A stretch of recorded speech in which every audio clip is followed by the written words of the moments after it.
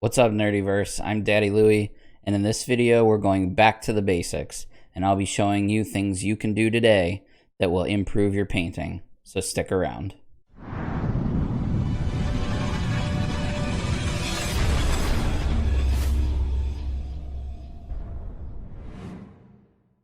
Before we get started, if you're new to our channel and you'd like to see more content like this, start now by hitting the subscribe button and the bell icon so you don't miss any future videos. So I've been tabletop gaming now for about 5 years, and 4 of those 5 years I have been painting my own models. And I remember one of the very first models that I ever painted was a little Space Marine, and he was meant to be painted in, I think, Blood Angels colors, and it just came out absolutely horrible. But I was so proud of it, and I wanted to keep improving and keep getting better. So I practiced and practiced and kept painting and kept painting, and eventually I became, the painter I am today. I'm by no means a professional painter. I'm not going to win any contests or anything like that, but I think that I'm an above average painter, and I think you can be an above average painter if you just apply some of the techniques that I'm going to tell you. But I will say that nothing anyone can tell you is a magic answer. None of it will just make you become a better painter overnight. The only way that you are going to get better is by practicing and by painting more and more and more. Paint as much as you can, and that is honestly the best way to get better. However, I do think that there are some things that you can change up that will significantly improve, if nothing else, the style and the quality of the paint jobs that you do. So we're going to be looking at what paints you're using. We're going to be looking at what primers and varnishes you use. We're going to look at paint brushes. And then at the end, I'll throw in some miscellaneous accessories that may be useful to you, as well as some other tips along the way. So if you'll join me on the table, we'll get started. All right, so the first thing that we're going to be taking a look at is your paints. So if you are brand new to the hobby and you've never painted before, it can be very confusing what type of paints that you should buy. And the honest answer is it comes down to personal preference.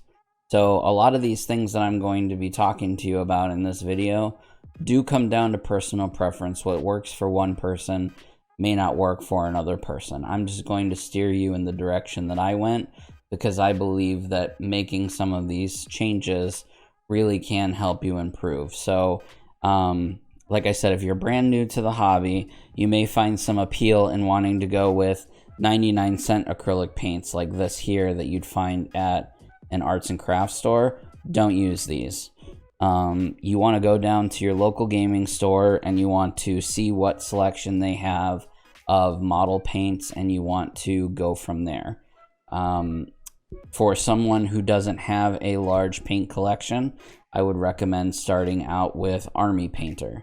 The color range of Army Painter paints is very large, and it honestly, the paint quality is pretty good for the money that you invest in it. Each bottle is only about $3 US, and it does come in a dropper bottle, which is a big appeal to certain people. So if you're new to the hobby, I definitely recommend starting off with Army Painter.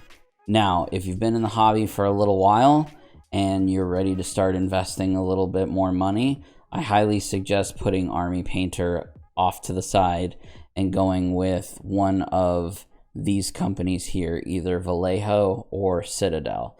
I still keep Army Painter paints in my paint collection because they do come in handy from time to time, but the majority of what I do is with Citadel paints now, and with a splash of Vallejo. I would probably use Vallejo more, except it's kind of hard to get in my area. It's not very common in many of my local game stores. So that's why I primarily stick with Citadel. Citadel is probably the, leading company in paint. Somebody might, disagree with me there, but they have a wide range of colors.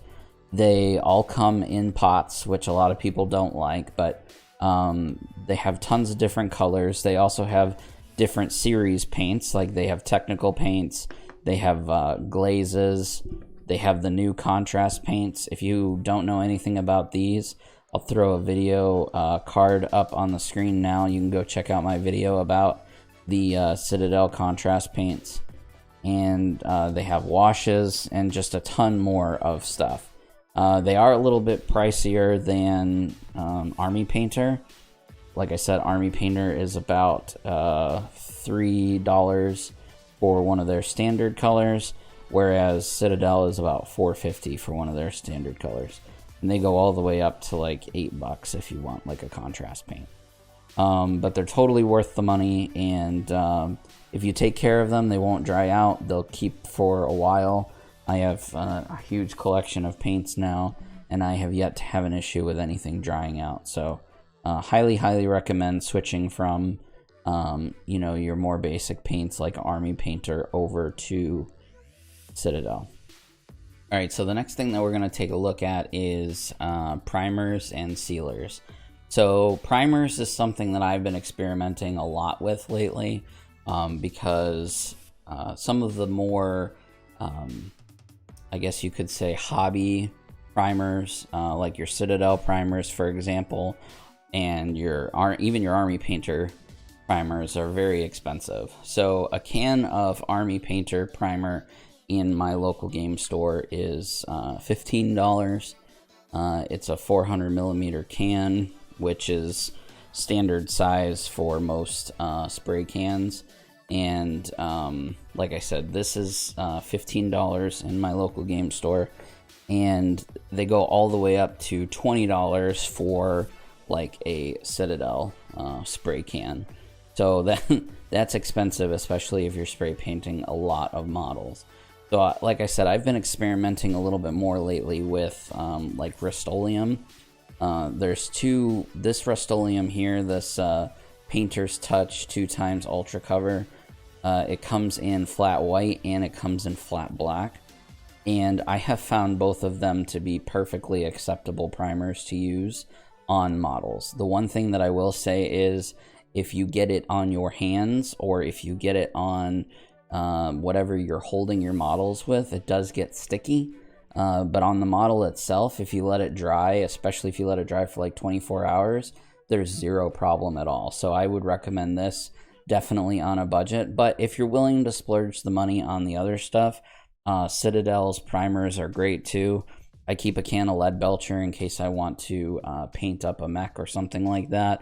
And the new Citadel Color Wraithbone is just a fantastic spray, even at $20 a can. So primers aren't... They also have like paint-on primers, like Vallejo has this paint-on surface primer. This is fine too. If you have access to an air gun, you could spray this on with that. Those are all perfectly acceptable. Primer I don't necessarily worry too much about, but it is worth mentioning because it can be confusing. Like I said, you go in a store and you see a $20 can of spray paint and you think that you have to have that, and that's not necessarily true. A $5 can of Rust-Oleum would work perfectly fine, and this is only $5 a can. As far as sealers go, that is also something that I tested with for a while, but I will tell you without a doubt that Tester's Dull Coat is the best on the market, in my opinion, for sealing your models once you're done painting them. This little can actually lasts quite a while. It costs about $7 in my local arts and crafts store, and I always make sure that I have a new can on hand because this is one thing that I don't want to run out of. Now, if you can't find this, or if you wanted to try something else, I have also tried Citadel's Purity Seal. This is about $17 for a can, depending on your local game store. All right, next let's talk about paintbrushes. Now, paintbrushes are one of those things that I never really thought were important when I first started out. I would just go to my local arts and crafts store, buy a 99-cent paintbrush, and use that, and I thought that was perfectly fine. And for some people, it might be. Me personally, now that I know more about what I know, I like to use more expensive paintbrushes. And the reason for that is, well, there's a couple reasons. One, the sizes that they come in are specifically for what we're doing here with models. Arts and crafts brushes tend to be larger in size for a bigger arts and crafts project, whereas these kind of specialty brushes are made more for finer details and stuff like that. I still use arts and crafts brushes. This one here is an arts and crafts brush, and I use this just to paint the bases on my model. So, you know, if I was painting this guy here, I would just, you know, use this to paint the base, and that's fine. But things like getting in the details like of his visor here, or getting into little circles and nooks and crannies and stuff like that, you need a finer tip brush. And I have found that the more expensive ones hold a point longer. They tend to just do a better job overall.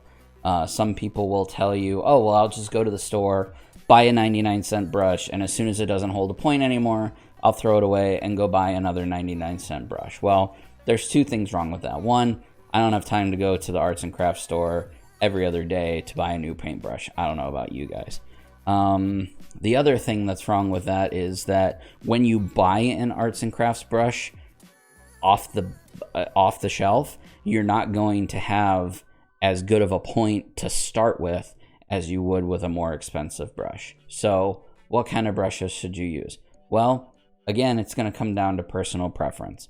My favorite brush are the Winsor Newton brushes. They are Series 7. I don't know if you can see that there. And this brush here, you can see it still has a point.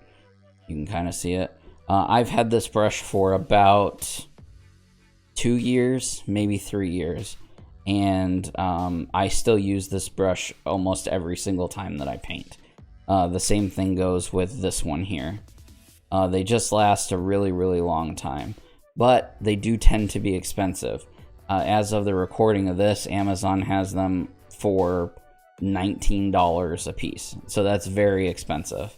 If you can get them when Amazon has them at like $12 a piece, I highly recommend you snatch them up, because they won't stay that priced for very long. Recently, I went to my local arts and crafts store, and I picked up a few of these other ones. Winsor Newton also has a Cotman series. It's the series below that. And this is okay. This was, I think, $6.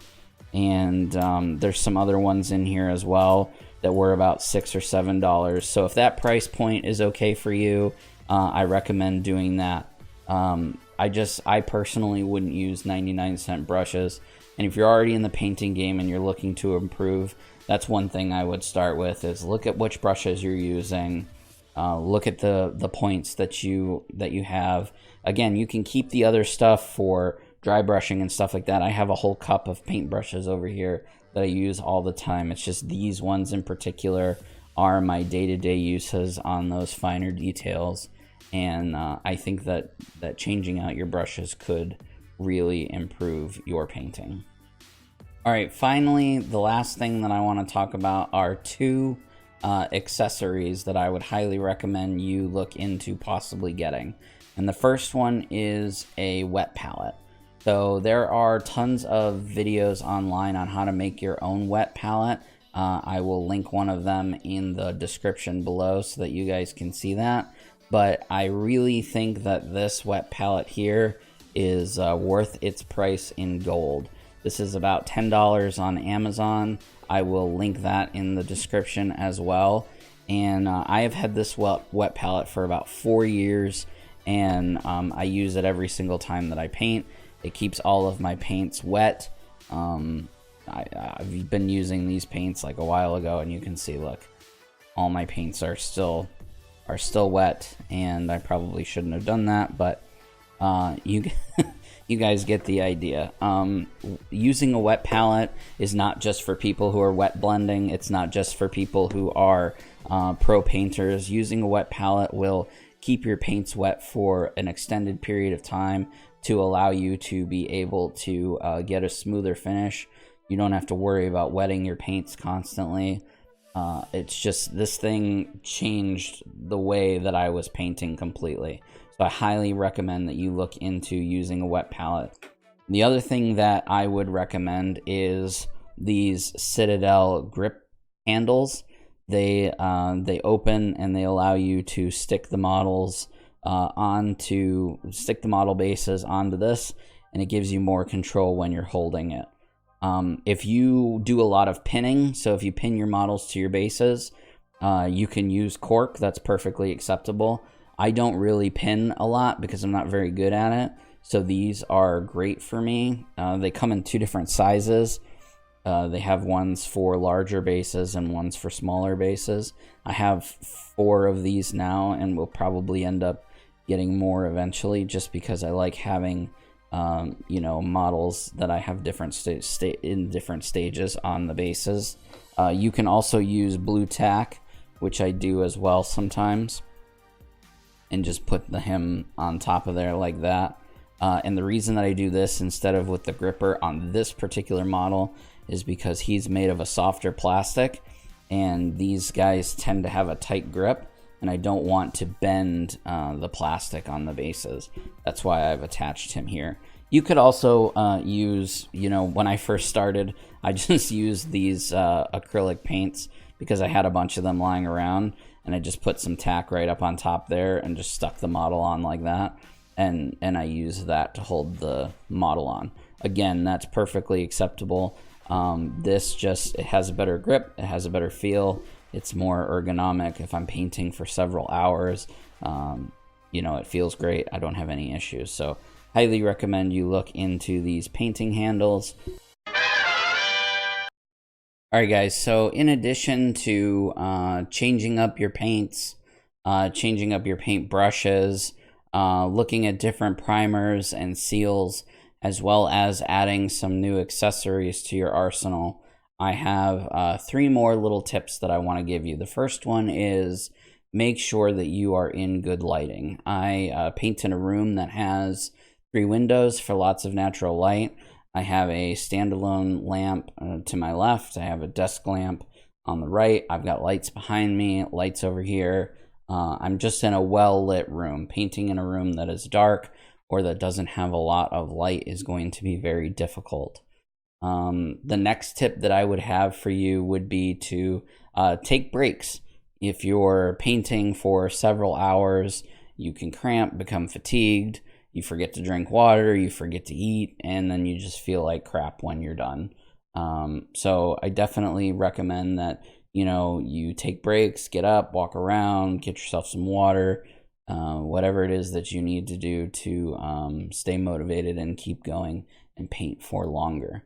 My last little tip would be to plan and research what you are doing. So one of the biggest things that helped me become a better painter was the research that I did online. YouTube is a huge tool for you.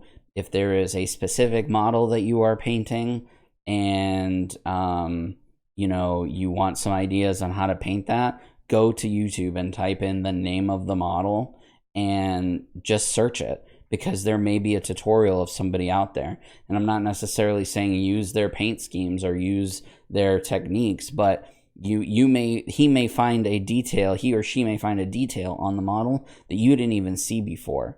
I watch a lot of YouTube videos of people painting, and it helps my creative brain flow, and it helps give me ideas for paint schemes. It helps give me ideas for techniques.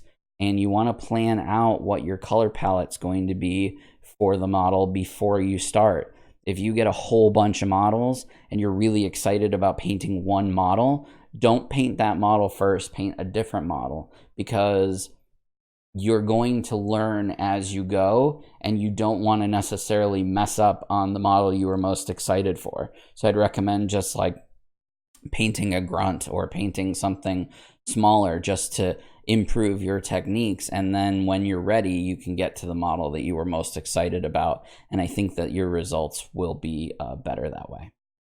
All right, guys, well, that's just a few basic tips that I have for you, some basic changes that you can make right now in order to help improve your overall painting. If you found this video helpful, you enjoyed it, give it a thumbs up. It really helps us out a lot. Share it with your friends. And if you have any suggestions on any future videos you would like to see, or if you have any videos you would like featured on our page, just leave a comment in the comment section down below, or hit us up on one of our many social media platforms, because we would love to hear from you. Well, that's all from me. I'll see you guys in the next video.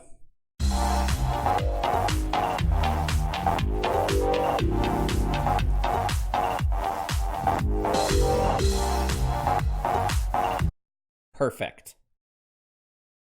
To improve your painting. So don't leave. So stick around.